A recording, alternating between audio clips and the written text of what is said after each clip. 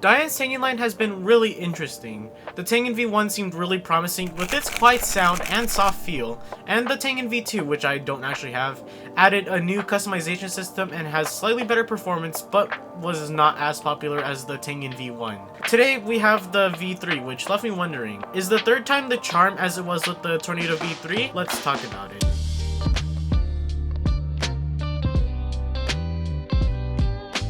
The DaYan TengYun V3 is DaYan's latest flagship cube and was released sometime in December of 2022 and is 55.5mm and weighs about 79 grams. It is $35, which is in a similar boat to the Tornado V3 flagship edition, but it is at least not as exorbitant as most DaYan cubes are priced at. Now, let's get into the turning of the cube. Out of the box, it felt really good. It is somewhat moderately fast, and the cube had a really soft feel in comparison to the original TengYun and the Tornado V3. After setting the cube up, it still felt similar to how it was out of the box. The outer surface of the cube has a frosted finish similar to the Super RS3M and most of the modern flagship cubes like the GAN 13 maglev matte version, which is kind of meh for me at least in terms of like the outer feel with like the Super RS3M. In terms of sound, it is slightly louder than the original TengYun even after setup.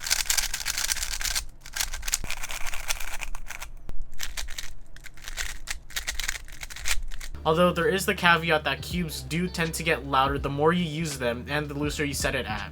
And also the way you set it up also tends to affect the sound. So the corner cutting is pretty good. It can do 45 degrees normal corner cutting, and reverse corner cutting is honestly pretty good, and it's just as good as any other cube. Like over here, it doesn't corner cut, which most cubes obviously can't really do that. The customization system is not that great. It is basically the GAN system, but instead of having two blue things with different settings, there are 3 different colored things with one setting on them. So these colored pieces adjust the screw depth, and the white setting is the default or the middle setting. The orange one is the tightest setting, while the green one that I'm using right now is the loosest. So I have one problem with this customization system. These pieces are really small, and it's easy to lose them. I literally tried to adjust it to like this green one, and it was kind of really difficult to get it out, and when I tried to put the setting piece back, I caused it to explode because I didn't set this one correctly, and I ended up losing one of these white pieces. So now I'm missing one and I can't use this setting fully. To take it out, what you need to do is press and then turn it clockwise and then take out the piece. So we got this green one out, and then you can take the one you want to change it to, put it into the same spot where you just took the other one out, and then press and hold again and turn it counterclockwise. And now for the spring compression, it comes with this tool in the box, and what you're supposed to do is put it around this gear thingy or whatever it's called, and then turn it counterclockwise. And there are 4 different settings, and when you go to the last setting, it should just be a big jump there, so it should work similarly to the MOU system. It's kind of difficult for me to tell what setting it's on, so although it's similar to the MOU system, I kind of don't really like it as much as like the Tornadoes or the MOU system, but it works kind of similarly. Now for the magnet system, it basically works similarly to the Tornado V3. You have this screwdriver that comes in the box, and you can insert into the corner piece and turn it.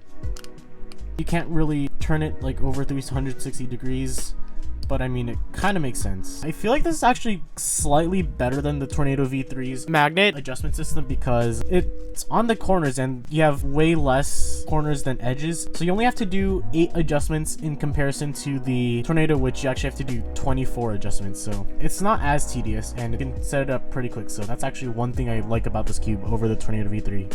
Now that is out of the way, let's get into the 2 tests I'm going to do with this cube. The cuber test and the non-cuber test. Let's start out with the non-cuber test first. So these are my friends Zoe and Landon. Both of them know that I cube but don't know how to solve the Rubik's Cubes themselves. So I'm going to give them 3 cubes, the TengYun V3, the Tornado V3, and the RS3M 2020, so many 3s, and see which one they like. Here I have the RS3M 2020, the TengYun V3, and the Tornado V3M. And I want you to try out all of these, just do some random turns on it, and tell me what you think.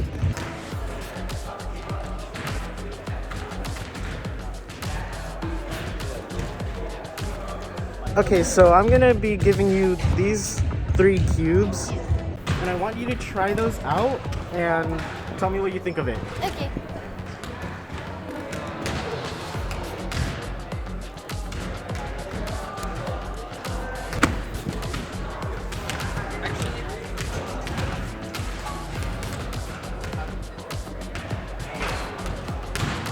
I like this one a lot. I think this one's the best. That one? This one, yeah. Why do you like that one? It felt more smoother. It feels different from the other two. Like the texture feels different. It's actually the cheapest one out of all of these. Oh, is it actually? Yeah. This one is $10. This is $30. And this one is also 30 something. I think I paid like 40. Oh, seriously? Yeah. I'm gonna let you know right now, that's actually the cheaper cube. Oh, That's really? actually the cheapest one. I'm surprised both of you actually like the cheapest cubes. That's the Well, it R3. feels nicer in my hand.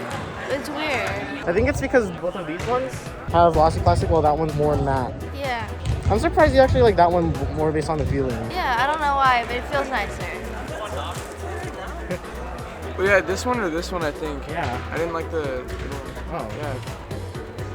This is cool. I'm honestly surprised about how both of them like the RS3M 2020 out of all of the cubes, despite it being $9. And now let's get into the cuber test, or basically my final thoughts about this cube.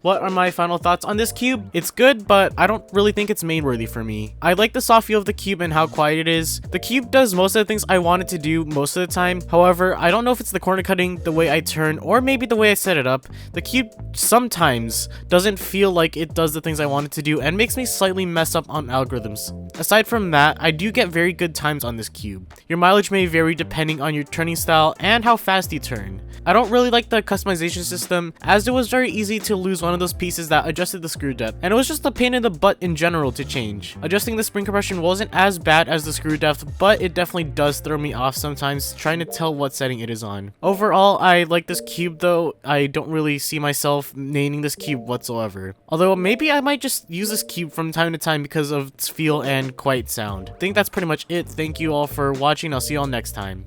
Bye.